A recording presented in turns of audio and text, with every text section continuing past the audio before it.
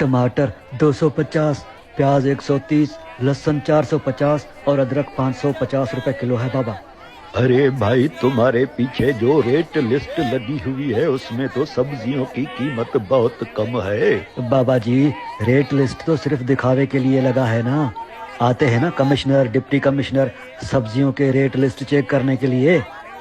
अगर rate list नहीं लगा होगा तो जुर्माना देना होता है ना, इसलिए।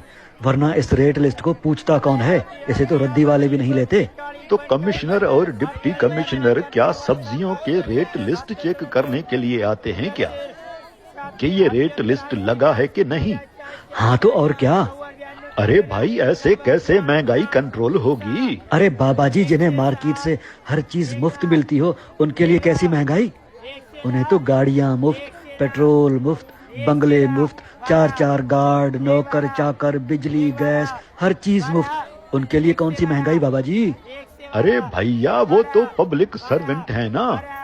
अगर वो हमारे मसाइल हल नहीं करेंगे तो आखिर कौन करेगा? अरे बाबा जी, उन्हें पब्लिक सर्वेंट तो आप कह रहे हैं ना, वो तो हम पब्लिक को अपना सर्वेंट समझते हैं। अरे हम मजदूरों से किसी ने कभी पूछा है कि हमारे घरों के चूल्हे जलने को तरस गए हैं? सब्जियां तो दूर की बात, इस बला की महंगाई में रूखी रोटी तक खाने के लिए नहीं होती। ऊपर से बिजली के 30-30 हजार के बिल, गैस के हजारों रुपए के बिल। किराए के घरों में रहने वाला मजदूर तबका बच्चे पढ़ा नहीं सकता, दवाई खरीद नहीं सकता। बाकी बुनियादी सहूलियात तो दूर की बात। हम साल में एक बार, फकत एक बार ईद के कपड़े तक नहीं खरीद सकते। अरे जिस मजदूर की दिहाड़ी ही 1000 या 1500 हो, वो इस महंगाई में मरने से भी डरता है कि कफन कहाँ से आएगा। कब्रें तक महंगी हो गई हैं। अरे बाबा जी, IMF का कर्ज भी तो उतारना है ना।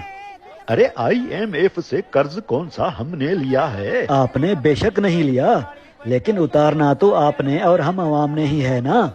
अरे अगर हर रोज बढ़ती हुई कीमतों पर ये लोग कंट्रोल नहीं करेंगे तो क्या आसमान से कोई मखलूक आएगी? तो वो क्या करोड़ों की गाड़ियों में 4 गार्ड लेकर मार्केट में हर एक से टमाटर और प्याज की कीमतें पूछते फिरेंगे? ऐसे छोटे मोटे काम करने के लिए उन्होंने CSS के इम्तिहानात पास नहीं किए। और पता है ना, कमिश्नर और डिप्टी कमिश्नर की पोस्टिंग करवाने के कितने पैसे देने पड़ते हैं? उन्हें भी आखिर अपने खर्चे निकालने होते हैं ना। ऊपर तक मंथलियां पहुंचानी होती हैं। उनके बच्चे महंगे स्कूलों में पढ़ते हैं।